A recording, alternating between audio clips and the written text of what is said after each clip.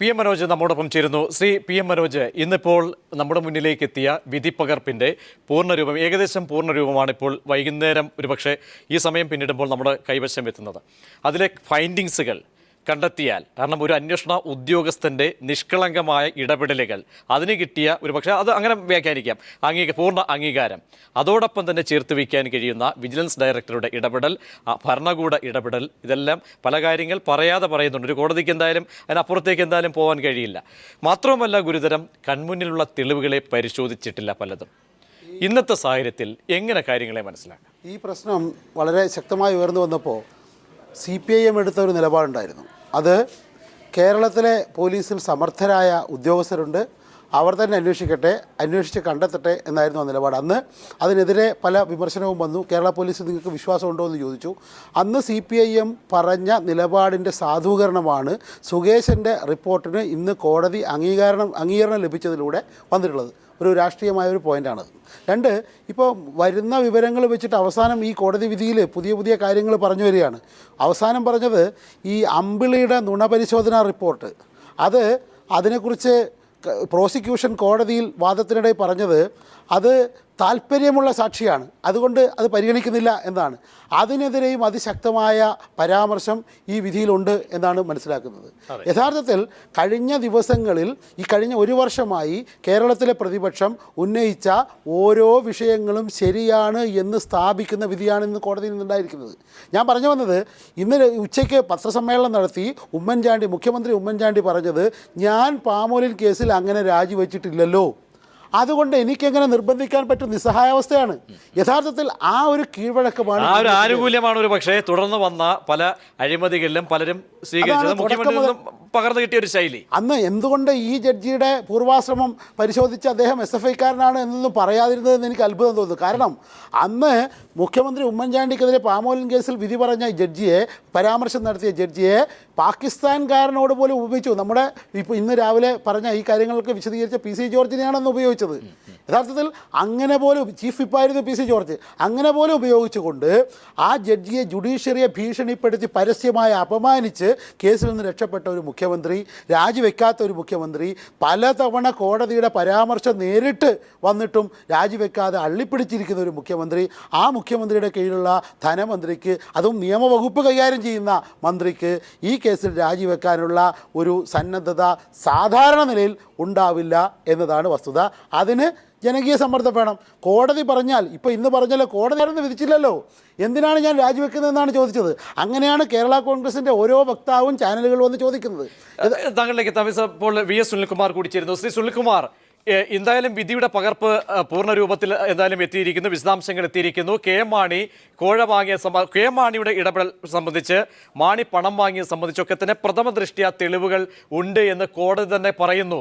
ആ ഒരു സാഹചര്യം, കാരണം ഇവിടെ ഇന്ന് ചർച്ചയിൽ അല്പസമയം മുമ്പ് പങ്കെടുത്ത ജോസഫും പുതുശ്ശേരി പറഞ്ഞത് പ്രതിപക്ഷത്തിൻ്റെ കണ്ടെത്തലുകൾ മാത്രമാണ്, അതിനപ്പുറത്തേക്ക് പോകേണ്ട യാതൊരു സാഹചര്യവുമില്ല, ലാഘവത്തോടു കൂടി തന്നെ കാണേണ്ട ഒരു വിഷയമാണ്, അല്ലാതെ KM മാണിയുടെ പേരോ ഏതെങ്കിലും രീതിയിൽ എടുത്തു പറഞ്ഞിട്ടില്ല എന്നാണ് അദ്ദേഹം വ്യക്തമാക്കിയത്. അതിനുശേഷമാണ് വിധിപ്പകർപ്പിൻ്റെ പൂർണ്ണ രൂപം വരുന്നത്. എത്രത്തോളം കാര്യങ്ങളെ ഇങ്ങനെ ന്യായീകരിച്ച് മുന്നോട്ട് കൊണ്ടുപോകാൻ കഴിയും? മാണിക്ക് തുടരാൻ കഴിയില്ലെന്ന് മാത്രമല്ല, അദ്ദേഹത്തെ ഈ വിജിലൻസ് അദ്ദേഹത്തെ അറസ്റ്റ് ചെയ്ത് അദ്ദേഹത്തിനെതിരെ കേസെടുക്കണം. കാരണം ഈ തുടരന്വേഷണം എന്ന കാര്യത്തില് KM മാണിയുടെ കാര്യത്തിൽ വളരെ വ്യക്തമായി തെളിവ് കിട്ടിക്കഴിഞ്ഞു. കോടതി ഉദ്ദേശിക്കുന്നത് ഈ വിധിപ്പകർപ്പ് വായിച്ചാൽ നമുക്ക് മനസ്സിലാവുന്ന കാര്യം, ഇതിൽ ഒന്നാം പ്രതി കൈക്കൂലി വാങ്ങി എന്ന കാര്യം വളരെ വ്യക്തമാക്കപ്പെട്ടു. ഇനി മറ്റാരൊക്കെ കൈക്കൂലി വാങ്ങിയിട്ടുണ്ട്, ഈ കൈക്കൂലി പണം എവിടെയൊക്കെ ചെലവാക്കിയിട്ടുണ്ട് എന്ന കാര്യത്തിൽ മാത്രമാണ് തുടരന്വേഷണം വേണ്ടിയുള്ളൂ. ഇപ്പൊ ഈ വിധിപ്പകർപ്പ് അനുസരിച്ചാണെങ്കിൽ KM മാണിക്കെതിരെ കേസെടുത്ത് അദ്ദേഹത്തെ അറസ്റ്റ് ചെയ്യണം. ഇനി ഒരു നിമിഷം പോലും വൈകിക്കൂടാ. എന്ന് മാത്രമല്ല, ഈ വിധിപ്പകർപ്പിന്റെ അടിസ്ഥാനത്തിൽ ഉമ്മൻചാണ്ടിയും രമേശ് ചെന്നിത്തലയും VM സുധീരനും ഒക്കെ നടത്തിയ പ്രസ്താവന പിൻവലിക്കണം. ഉമ്മൻചാണ്ടി ഗവൺമെന്റ് തുടരാൻ, ഒരു നിമിഷം പോലും തുടരാൻ ഈ അവകാശമില്ല. അത്ര ഗുരുതരമായിട്ടുള്ള ആരോപണം ഇവിടെ തെളിയിക്കപ്പെട്ടിരിക്കുകയാണ്. KM മാണി കൈക്കൂലി വാങ്ങിയെന്ന് പ്രഥമ ദൃഷ്ട്യാ തെളിവുണ്ട് എന്ന് കോടതി പറഞ്ഞാൽ പിന്നെ ആരാണ് പറയേണ്ടത്? സുനിൽകുമാർ, പുതിയ സാഹചര്യത്തിൽ ഏതൊക്കെ നിലയിലുള്ള പുതിയ അന്വേഷണ തലങ്ങളിലേക്ക് പോകാൻ പറ്റുന്ന തരത്തിലുള്ള വിധിയാണ് ഇന്ന് വന്നിരിക്കുന്നത്? കോടതിയാണ് കാര്യങ്ങൾ പറഞ്ഞിരിക്കുന്നത്. അതുകൊണ്ട് തന്നെ സാഹചര്യം ഏത് രീതിയിൽ മാറും? അതായത് ഈ നിയമപരമായ സാഹചര്യം, ഫേക്കർ റിപ്പോർട്ടിനകത്ത് പറഞ്ഞിരിക്കുന്ന കാര്യം കെ.എം. മാണിക്കെതിരെ പ്രഥമദൃഷ്ട്യ കേസുണ്ടെന്നും അദ്ദേഹത്തെ പ്രോസിക്യൂഷൻ ചെയ്യണമെന്നാണ്. എന്ന് മാത്രമല്ല, ഈ കൈക്കൂലി പണം മറ്റാർക്കൊക്കെ കൊടുത്തിട്ടുണ്ട് എന്ന കാര്യം കൂടി അന്വേഷിക്കണം എന്ന് ഫാക്ട് റിപ്പോർട്ടിനകത്ത് പറയുന്നുണ്ട്. കോടതി ആവർത്തിച്ചിരിക്കുന്ന അതാണ്. അപ്പൊ ഇവിടെ തുടരന്വേഷണം എന്ന് പറയുമ്പോൾ കെ.എം. മാണിക്കെതിരെ മാത്രമല്ല, കെ.എം. മാണി ഇപ്പോ അക്യൂസ്ഡ് ആയി കഴിഞ്ഞിരിക്കുന്നു ഈ കോടതി വിധി അനുസരിച്ച്. ഇനി ബാക്കിയുള്ള ഏതൊക്കെ മന്ത്രിമാർ ഈ കാശ് വാങ്ങിയിട്ടുണ്ട് എന്ന കാര്യം ഇപ്പൊ പല മന്ത്രിമാരെ പറ്റി ആരോപണമുണ്ട്. ആ ആരോപണങ്ങളൊക്കെ തന്നെ സാധൂകരിക്കുന്ന വിധത്തിലുള്ള കാര്യങ്ങൾ അന്വേഷിക്കാനാണ് കോടതി ആവശ്യപ്പെട്ടിരിക്കുന്നത്. ഈ സാഹചര്യത്തിൽ ഈ തുടരന്വേഷണം സർക്കാരിന്റെ ചുമതലയിലല്ല, കോടതിയുടെ നിയമപരമായിട്ടുള്ള ഉത്തരവാദിത്തത്തിൽ അതിന്റെ മോണിറ്ററിംഗിൽ തുടരന്വേഷണം നടത്തുകയാണ് വേണ്ടതെന്നാണ് എന്റെ ആവശ്യം. യെസ്, അതെന്തായാലും അത് ഒരുപക്ഷെ അത് പ്രതീക്ഷിക്കാവുന്ന തരത്തിലുള്ള നിരീക്ഷണങ്ങളാണ് വരുന്നതും. ഇവിടെ ഇന്നിപ്പോൾ വിൻസെന്റ് പോൾ കാണിച്ച ആ ഒരു ധാർമ്മികത, കാരണം അദ്ദേഹം ഒഴിഞ്ഞ് മാറുന്ന ഒരു സാഹചര്യം, എന്തായാലും തെറ്റുകളടക്കം ചെയ്തു പോയ തെറ്റ് അദ്ദേഹം അതിൽ ബോധ്യം ഉള്ളതുകൊണ്ടായിരിക്കാം. ആ ഒരു ധാർമ്മികത കെ.എം. മാണിയിൽ നിന്ന് താങ്കൾ പ്രതീക്ഷിക്കുന്നുണ്ടോ? ഒരിക്കലും പ്രതീക്ഷിക്കുന്നില്ല. കെ.എം. മാണി ചവിട്ടി പുറത്താക്കേണ്ടി വരും. കാരണം കെ.എം. മാണിയെ സംബന്ധിച്ച് മരിക്കുന്നവരെ മന്ത്രിയെ തുടരണമെന്ന ഒരു അധികാര ദുർമോഹിയാണ് കെ.എം. മാണി എന്ന് തെളിയിക്കപ്പെട്ടിരിക്കുകയാണ്. അദ്ദേഹത്തിന് ധാർമ്മികമായി നേരത്തെ FIR ഇട്ട അന്ന് മുതൽ കെ.എം. മാണിക്കുള്ള ആ മന്ത്രിയാകുന്ന പിന്നെ തുടരാനുള്ള അർഹത നഷ്ടപ്പെട്ടു. എന്നിട്ടും മന്ത്രിയായി തുടരാൻ അദ്ദേഹത്തെ സഹായിച്ചത് ഉമ്മൻചാണ്ടിയും രമേശ് ചെന്നിത്തലയുമാണ്. അതിന് കാരണം കെ.എം. മാണിയുടെ കൈവശമിരിക്കുന്ന MLA-മാരുടെ പിൻബലമില്ലാതെ UDF തുടരാൻ കഴിയില്ല എന്ന സ്ഥിതി വന്നപ്പോ ഒരു അഴിമതിക്കാരനെ സംരക്ഷിച്ചുകൊണ്ടാണെങ്കിലും മന്ത്രിസഭ തുടരാൻ വേണ്ടി തീരുമാനിച്ച ഹതഭാഗ്യരായ മലയാളികളാണ് ഇവിടെ ജീവിച്ചുകൊണ്ടിരിക്കുന്നത്. ഒരു കൈക്കൂലിക്കാരന്റെ മന്ത്രിയായി ഈ രാജ്യത്തെ ജനങ്ങൾക്ക് കാണാൻ കഴിയില്ല. ഗവൺമെന്റ് പുറത്താക്കുന്നില്ലെങ്കിൽ ജനങ്ങൾ ചവിട്ടി പുറത്താക്കും. ശ്രീ സുനിൽകുമാർ, ഇവിടെ ഇപ്പൊ രണ്ട് വശങ്ങളുണ്ട്. ഒന്ന് നിയമപരമായ തലത്തിലുള്ള പോരാട്ടം, ഒപ്പം രാഷ്ട്രീയ വശം കൂടി. രാഷ്ട്രീയമായിട്ടുള്ള കൂടുതൽ ഉത്തരവാദിത്തം നിങ്ങൾ പ്രതിപക്ഷ കക്ഷികളിലേക്ക് വന്നു ചേർന്നിരിക്കുകയാണ്. നിയമപരമായ പോരാട്ടം അത് കോടതി ഇടപെട്ടുകൊണ്ട് തന്നെ അതിന് ഒരു പൂർണ്ണമായ അർത്ഥത്തിലേക്കുള്ള ഒരു മറുപടി നൽകി അത് ആ നിലയിൽ പുരോഗമിക്കുകയും ചെയ്യും. ഇനി നിങ്ങളുടെ മുന്നിലുള്ളത് രാഷ്ട്രീയമായ പോരാട്ടത്തിനുള്ള വേദി, അതിനുള്ള അവസരം. കാരണം പല അനുഭവങ്ങളും നിങ്ങളുടെ മുന്നിലുണ്ട്, പല സമരങ്ങൾ നിങ്ങൾ പഴയ സമരങ്ങളടക്കം നിങ്ങൾ നടത്തിയിട്ടുണ്ട്, അതിലൊക്കെ ഏറ്റുവാങ്ങിയ വിമർശനങ്ങൾ നിങ്ങളുടെ മുന്നിലുണ്ട്. ഇതെല്ലാം ഉൾക്കൊള്ളുന്ന ഒരു ഘട്ടമാണ്, ഉൾക്കൊള്ളാൻ കഴിയുന്ന ഒരു അവസരമാണ് വന്നു ചേർന്നിരിക്കുന്നത്. ഈ ഘട്ടത്തിൽ എന്തായാലും ധാർമ്മികത താങ്കൾ പ്രതീക്ഷിക്കേണ്ട, താങ്കൾ പറഞ്ഞതുപോലെ. കാരണം കെ.എം. മാണിയും മാണിയുടെ പാർട്ടി, മുഖ്യമന്ത്രി അടക്കം എന്തായാലും മുൻകൂറായി തന്നെ പറഞ്ഞു കഴിഞ്ഞു. ആ സ്ഥിതിക്ക് ഏത് രീതിയിലായിരിക്കും ഇനി നീക്കങ്ങൾ? അല്ല, ഞങ്ങൾ ജനങ്ങളെ അണിനിരത്തിക്കൊണ്ടുള്ള ശക്തമായ സമരവും നടത്തി. അതോടൊപ്പം തന്നെ ഞങ്ങൾ നിയമ പോരാട്ടവും നടത്തി. ആ നിയമ പോരാട്ടം ഞങ്ങൾ നടത്തിയതിന്റെ ഫലമായിട്ടാണ് പ്രതിപക്ഷ കക്ഷികൾ തന്നെയാണ് നിയമ പോരാട്ടത്തിന് മുന്നിൽ നിന്നിരിക്കുന്നത്. VS അച്യുതാനന്ദനും ഞാനും വൈക്കം മിശ്ര അടക്കമുള്ള ആളുകൾ അതിൽ കക്ഷി ചേർന്നതും ഇതിൽ മുന്നോട്ട് കൊണ്ടുപോയതും ഞങ്ങളുടെ രാഷ്ട്രീയ സമരത്തിന്റെ ഭാഗമാണ്. ഇപ്പോ ഒരു തെരഞ്ഞെടുപ്പ് നമ്മുടെ സംസ്ഥാനത്ത് നടക്കുകയാണ്. സംസ്ഥാനത്തെ ജനങ്ങൾക്ക് ഈ ഗവൺമെന്റിനെതിരായി വിധി എഴുതാനുള്ള നല്ല അവസരം ലഭിക്കുകയാണ്. പ്രതിപക്ഷം ഇന്നലെ വരെ പറഞ്ഞുകൊണ്ടിരുന്ന കാര്യങ്ങൾ രാഷ്ട്രീയ പ്രേരിതമായ കാര്യമായിരുന്നില്ലെന്നും ഞങ്ങൾ ഉന്നയിച്ച കാര്യങ്ങളെല്ലാം അഴിമതി നടത്തിയിരിക്കുന്ന മന്ത്രിമാരെ പറ്റി പറഞ്ഞതെല്ലാം വസ്തുതാപരമായി സത്യമാണെന്നും നീതിന്യായ പീഠം തന്നെ വ്യക്തമാക്കിയിരിക്കുകയാണ്.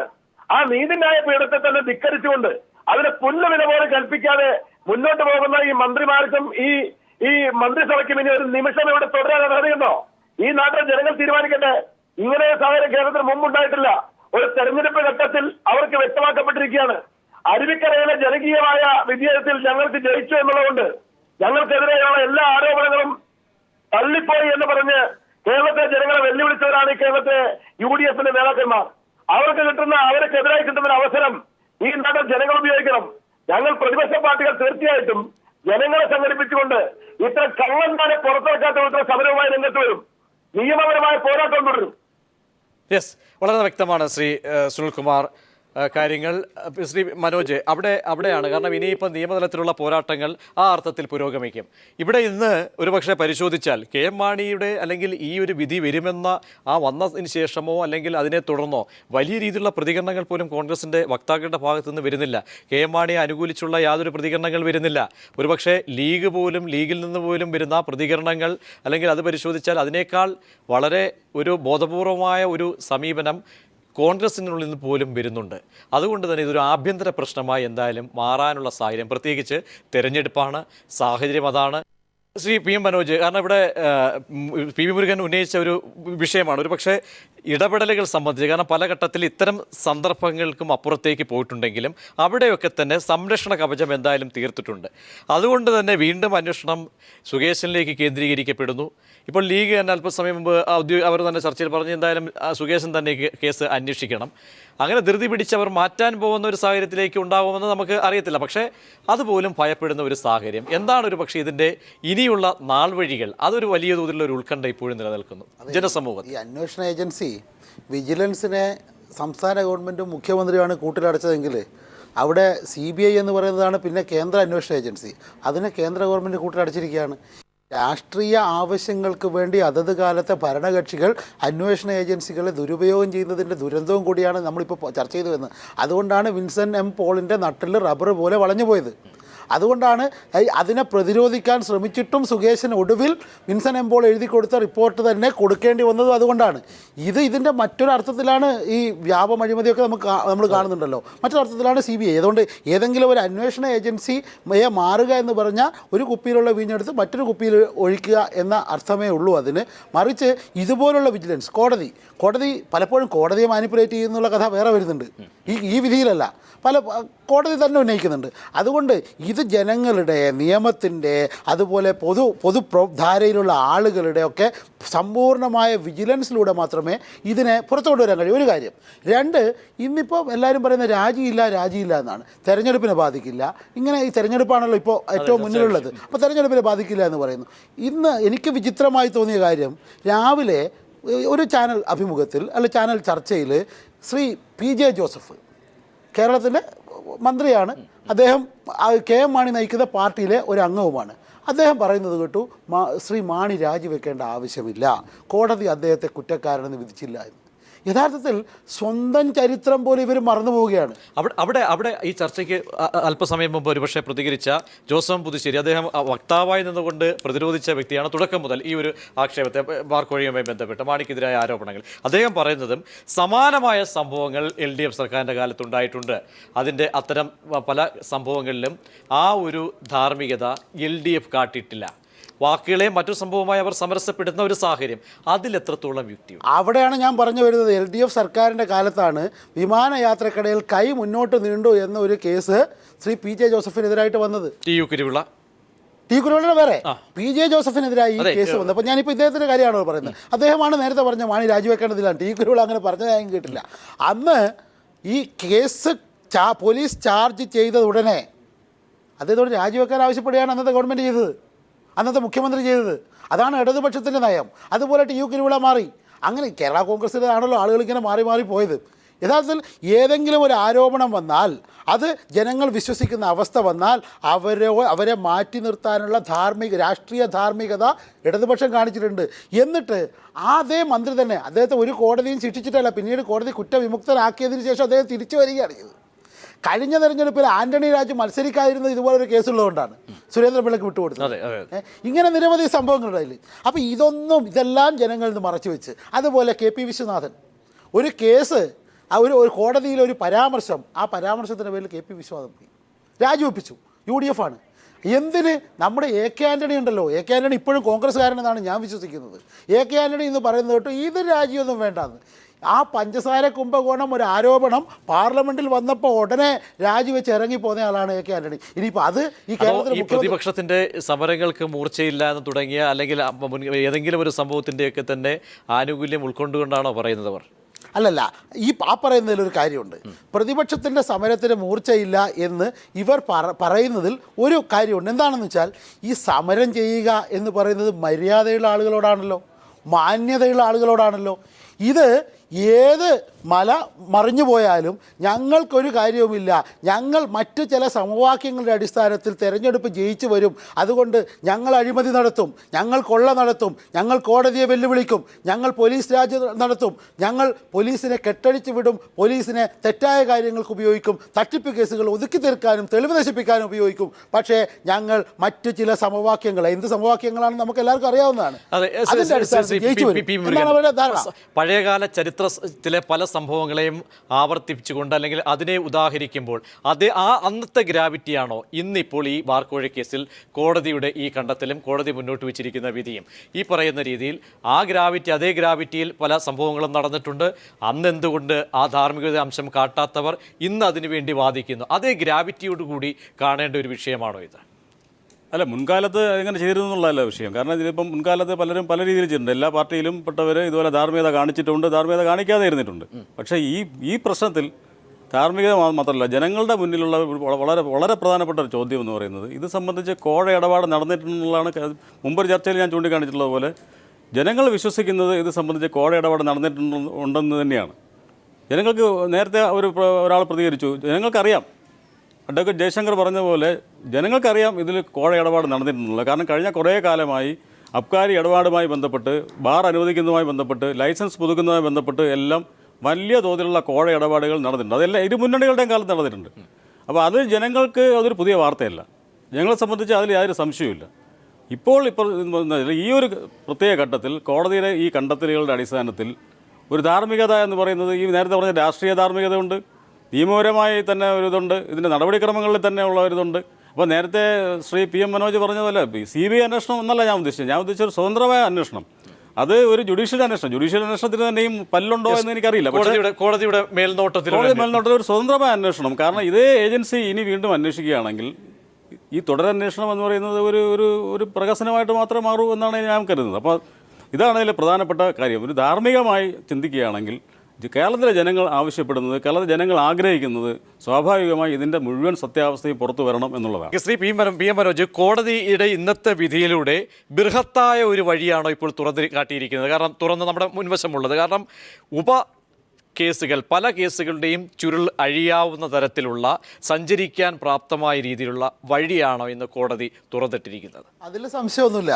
കാരണം സമാനമായ കുറേ കേസുകൾ സമാനമായ രീതിയിൽ ഒതുക്കി തീർത്ത അനുഭവം നമ്മുടെ മുന്നിലുണ്ട്. ഇപ്പോൾ സോളാർ കേസ് തന്നെ എടുക്കാം.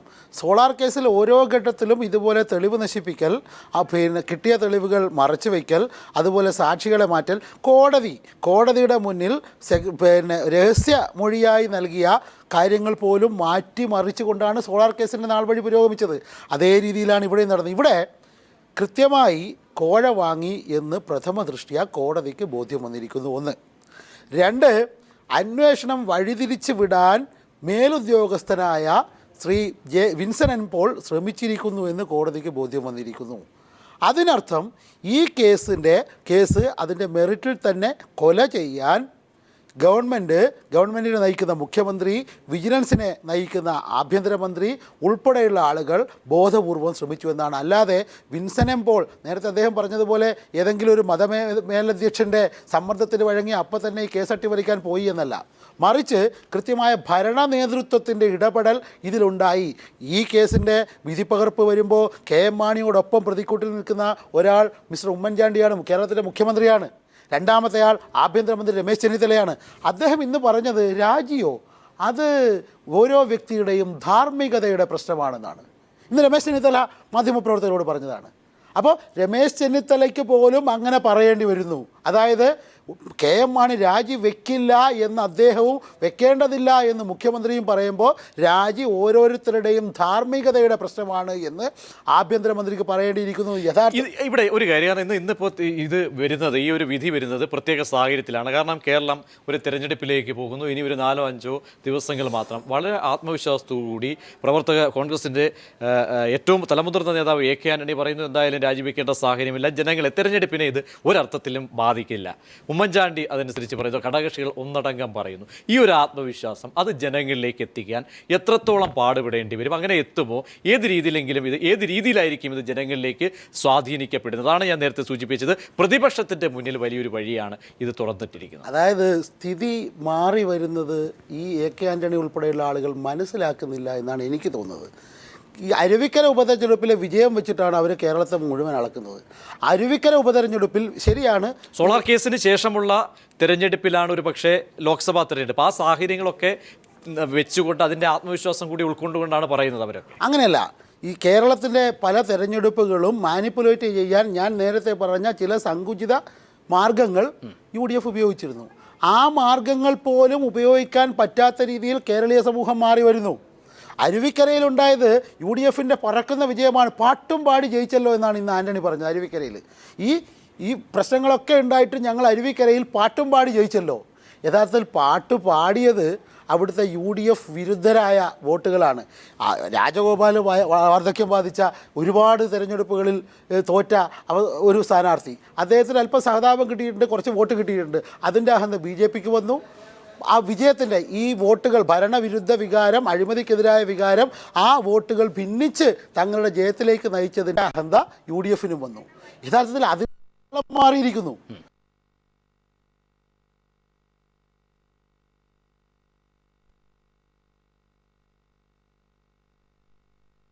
നവംബർ 2-നും 5-നും നടക്കാവുകയാണ്. അതിന് തൊട്ട് മുമ്പാണ് ഇന്ന് നടത്തിയ സമരങ്ങൾ.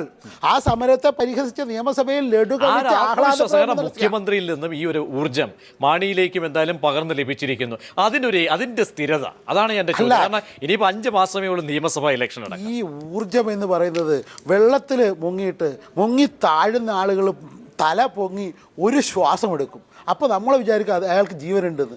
ഏതാണ്ട് അതുപോലത്തെ ഒരു പ്രകടനമാണ് ഇന്ന് മുഖ്യമന്ത്രി വളരെ ആവേശഭരിതരായി മാധ്യമങ്ങളുടെ ഓരോ ചോദ്യത്തിനും ഉരുളക്കുപ്പേരി പോലെ ഉത്തരം പറയുന്ന ഒരാളാണല്ലോ കേരളത്തിൻ്റെ മുഖ്യമന്ത്രി. ഇന്ന് മുഖ്യമന്ത്രി മാധ്യമപ്രവർത്തകരോട് ചോദിച്ചത്, നിങ്ങൾക്ക് എന്തും പറയാനുള്ള അവകാശമുണ്ടോ, നിങ്ങൾ പറഞ്ഞ് പ്രശ്നമുണ്ടാക്കുകയാണോ എന്ന് വളരെ ക്ഷുഭിതനായിട്ട്. അദ്ദേഹത്തിൻ്റെ വാക്കുകൾ പുറത്തു വരുന്നില്ല, അദ്ദേഹത്തിൻ്റെ വാചകങ്ങൾ മുഴുവിപ്പിക്കാനാവുന്നില്ല, ചോദ്യങ്ങൾക്ക് ഉത്തരം നൽകാനാവുന്നില്ല. അങ്ങനെ ഒരു ദയനീയ പ്രകടനമാണ്. ഈ ആത്മവിശ്വാസം ഉണ്ടെങ്കിൽ അദ്ദേഹം വളരെ ജുബിലിയൻ്റായി അവിടെയാണ് ശ്രീ PV മുരുകൻ ഈ മാധ്യമങ്ങളുടെ പങ്ക് കൂടി ചർച്ച ചെയ്യപ്പെടുന്നത്. കാരണം ഇന്നിപ്പോൾ ഇത്രയും ഘടകങ്ങൾ പരിശോധിച്ചപ്പോൾ അതിലൊക്കെ തന്നെ വലിയൊരു ശതമാനം തെളിവുകൾ മുന്നോട്ട് വെച്ചത് മാധ്യമങ്ങളാണ്. അന്വേഷണ ഏജൻസിക്ക് ഒരുപക്ഷെ അവകാശപ്പെടുന്നതിനും അപ്പുറത്തേക്ക് ബിജു രമേശ് മുന്നോട്ട് വെച്ച തെളിവുകൾ തേടിയുള്ള യാത്രകൾ. അതുകൊണ്ട് തന്നെ ഈ അന്വേഷണ ഉദ്യോഗസ്ഥരുടെ ഇടപെടൽ സംബന്ധിച്ച് പ്രതിക്കൂട്ടിലായിരിക്കുന്നു. കാരണം സംസ്ഥാനത്തെ വിജിലൻസ് പ്രതിക്കൂട്ടിലാവുമ്പോൾ ഈ മറുപടിയാണോ ഒരു മുഖ്യമന്ത്രി പറയേണ്ടത്? തീർച്ചയായും അല്ല. കാരണം ഇത് സംബന്ധിച്ച് ഇപ്പം കേരളത്തിലെ ഈ വിചാരണ ഇതെല്ലാം നടക്കുന്നത് കേരളത്തിലെ ജനങ്ങളുടെ മുമ്പാകെയാണ് നടക്കുന്നത്. നമ്മളിപ്പോൾ ഈ ചർച്ചകൾ എന്ന് പറയുന്നതല്ല, കേരളത്തിൻ്റെ ജനങ്ങളാണ് ഇപ്പോൾ ഈ വിഷയം ചർച്ച ചെയ്യുന്നത്. മാത്രമല്ല ഈ കഴിഞ്ഞ ഇപ്പോഴത്തെ തെരഞ്ഞെടുപ്പിൻ്റെ പ്രധാന വിഷയം നേരത്തെ ഉണ്ടായിരുന്ന വിഷയമെല്ലാം മാറ്റി മറിക്കപ്പെട്ടു എന്നാണ് ഞാൻ കരുതുന്നത്. ഇപ്പം പുതിയൊരു വിഷയം വന്നിരിക്കുന്നു. ഈ വിഷയം പുതിയതല്ല, പഴയതാണ്. പക്ഷേ ഒരു പുതിയ തലം ഈ വിഷയം കൈവരിച്ചിരിക്കുന്നു. പ്രതിപക്ഷത്തിന് ഏത് രീതിയിൽ അത് ഉപയോഗിക്കാൻ ഉപയോഗിക്കാൻ കഴിയുമോ എന്നുള്ള വേറെ കാര്യം. കാരണം കഴിഞ്ഞ കുറേ കാലത്തെ പ്രതിപക്ഷത്തിൻ്റെ നിലപാടുകളും പ്രതിപക്ഷത്തിൻ്റെ പ്രവർത്തനങ്ങളും അവരുടെ സമരങ്ങളും എല്ലാം നോക്കുമ്പോൾ അത് ഇതിനെ ക്യാഷ് ഇൻ ചെയ്യാനുള്ള ഒരു എബിലിറ്റി അവർക്കുണ്ടെന്നറിയില്ല. പക്ഷേ ഇത് അല്ലാതെ തന്നെ സ്പോണ്ടേനിയസ് ആയിട്ട് തന്നെ കേരളത്തിലെ ജനങ്ങൾ, പ്രത്യേകിച്ചും അഴിമതി, കോഴ തുടങ്ങിയ വിഷയങ്ങളാണ്. ഇത് എപ്പോഴും എല്ലാ പ്രാദേശിക വിഷയങ്ങൾക്കും മുകളിലോട്ട് പൊങ്ങി വരാൻ സാധ്യതയുള്ള ഒരു വിഷയമാണ്. പ്രത്യേകിച്ചും കേരളം പോലൊരു സംസ്ഥാനത്ത് കേരളത്തിലെ ജനങ്ങൾ അങ്ങനെ അഴിമതി വിരുദ്ധരാണ്, അഴിമതിക്കെതിരാണ്. ജനങ്ങൾ ചിന്തിക്കും, യുവാക്കൾ അഴിമതിക്കെതിരാണ്. അത് വ്യക്തമാണ്.